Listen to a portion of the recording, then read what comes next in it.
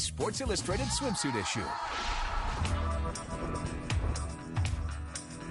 In the picturesque Atacama Desert, sometimes the location that catches photographer Rafael Mizuko's eye, I think if we just tweak it a little, it's going to be just beautiful, is right outside his hotel room. This is the first setting for today's shoot with model Julie Henderson. Okay, here we go. It's all yours. Lots of lipstick. And you'll just be standing right here? Where, here or out there? Yeah, out here. What can you do to make a picture better? Yeah, throw the hair right over, huh? You just have to kind of reinvent yourself every photo. Try to do something different. Beautiful, yes, yes, yes. Great, stay tall, huh? I don't really know if it's about like how many photos you can get in the issue. I think it's just even that one photo, I feel like speaks to you. It'll stick out more than any other photo in the issue. Really, if there's one incredible photo of you, that might be better than 4 okay photos. Exactly.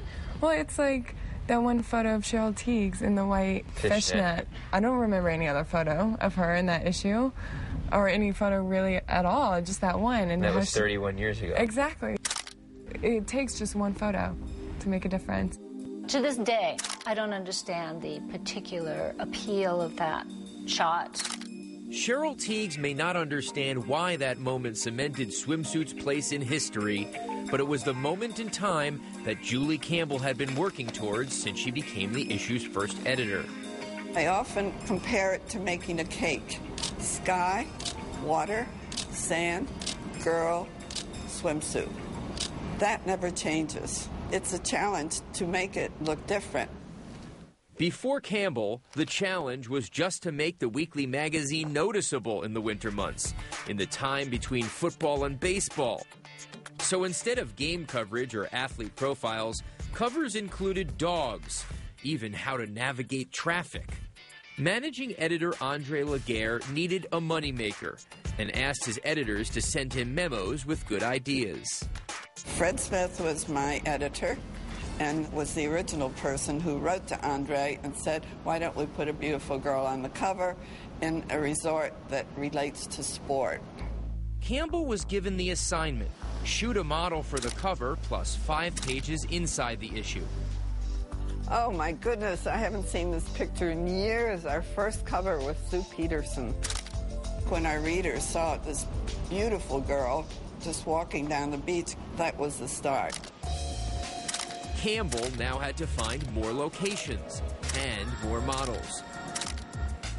She came across 5'10" Cheryl Tiegs and made her a cover girl in 1970.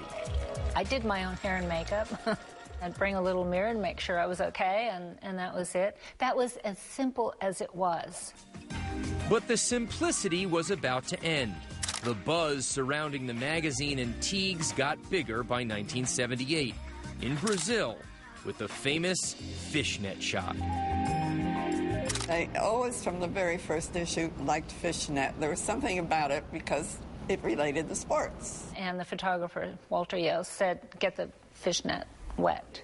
It was the last frame we showed in the presentation to Sports Illustrated. And we put it in just to liven up the meeting, which was all men.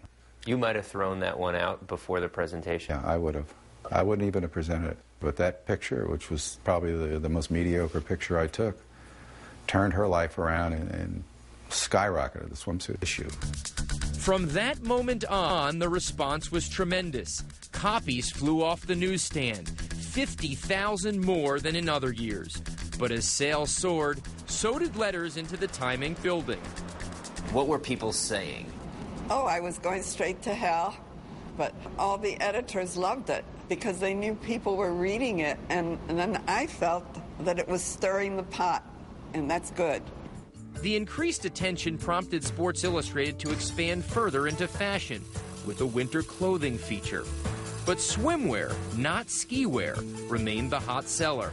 Carol Alt modeled both for the magazine. It was just bathing suits and beaches and, beautiful girls, sporty girls. Dubbed by Time magazine as the Face, more people knew Alt's name after she graced the cover in 1982. You weren't just a face, you were a face and a name. I was a face and a name. And I'll never forget the first time somebody recognized me. I was in a gym in Vermont, and this gentleman came up to me and he said, "Are you Carol Alt?" And I looked at him, I thought I knew him. Do I know you from high school?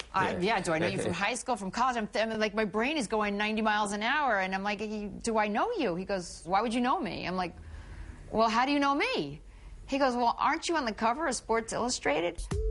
Campbell continued to turn unknown models into household names, and they caught the public's eye.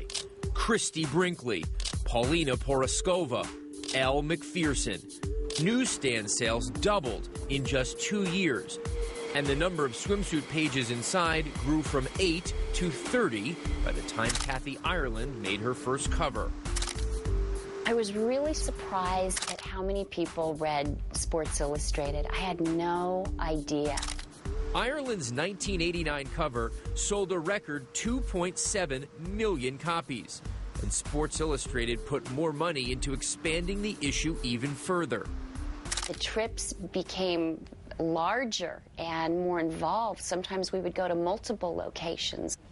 By the end, we had 2 or 3 TV crews, hairdressers, makeup and stuff. The spontaneity for me was over. Campbell called it quits in 1996. That next year, Swimsuit became a standalone issue, growth she fought against during her 32 years.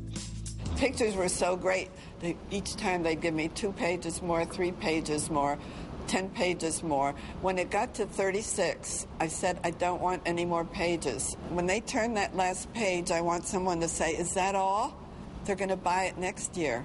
So the full issue is not for you? I can't say that. Business is business.